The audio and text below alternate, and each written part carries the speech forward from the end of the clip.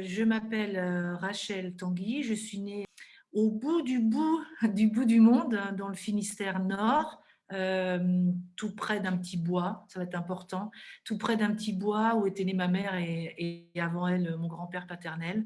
Donc je suis bien ancrée là-bas et à 23 ans, avec mon diplôme d'éducatrice spécialisée, je suis venue en région parisienne et j'ai débarqué à Saint-Christophe, à Cergy-Saint-Christophe. Et tu vois, j'y suis encore.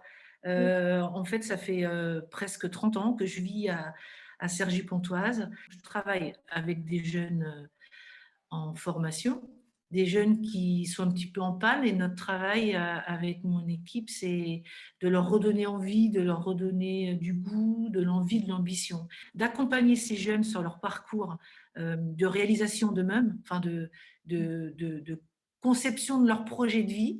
Ça m'a fait moi aussi me poser des... J'ai vécu la même expérience qu'eux. Du coup, j'ai découvert aussi, j'ai osé pratiquer l'art plastique avec eux, grâce à eux. Et depuis un an maintenant, j'ai monté ma petite entreprise qui s'appelle Arted, où je fais de la céramique et des kokedama.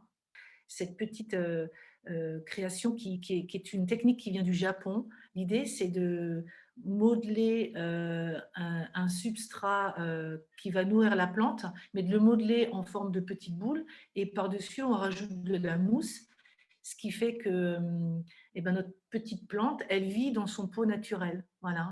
Quand je fais ça chez moi et que j'asperge la mousse d'eau pour qu'elle retrouve un peu sa souplesse avant de l'appliquer, je sens la forêt, alors que je vis à Jules-Moutier, tu vois. Et j'aime beaucoup aussi faire des stages pour transmettre cette technique qui m'a été transmise aussi, pour la transmettre à des gens, pour qu'ils puissent eux-mêmes ensuite développer leur kokedama comme bon leur semble.